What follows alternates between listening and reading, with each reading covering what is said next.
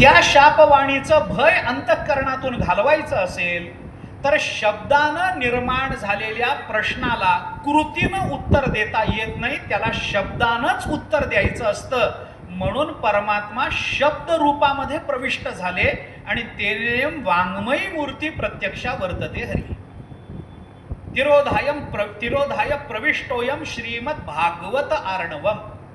शब्दाला शब्दाने उत्तर असतं, शब्दाला कृतीनं उत्तर नसतं. जसा रोग तसं औषध. रोग जर आपल्याला कफाचा असेल तर औषध कफाचंच दिलं पाहिजे. वाताचं औषध देऊन कफ निवृत्त होणार नाही, पित्ताचं औषध देऊन कफ निवृत्त होणार नाही. आम्हाला जर अंगामध्ये ताप असेल तर पॅरासिटामॉल सारखी गोळी देऊनच ताप घालवता येतो, त्याला कॅन्सरच्या औषधाची गरज नसते. जसा रोग असतो तसं औषध द्यावं लागतं. जर प्रतिबंध शब्द रूपानं प्रकट झालेला आहे तर त्याला उत्तर सुद्धा शब्द रूपानंच असलं पाहिजे.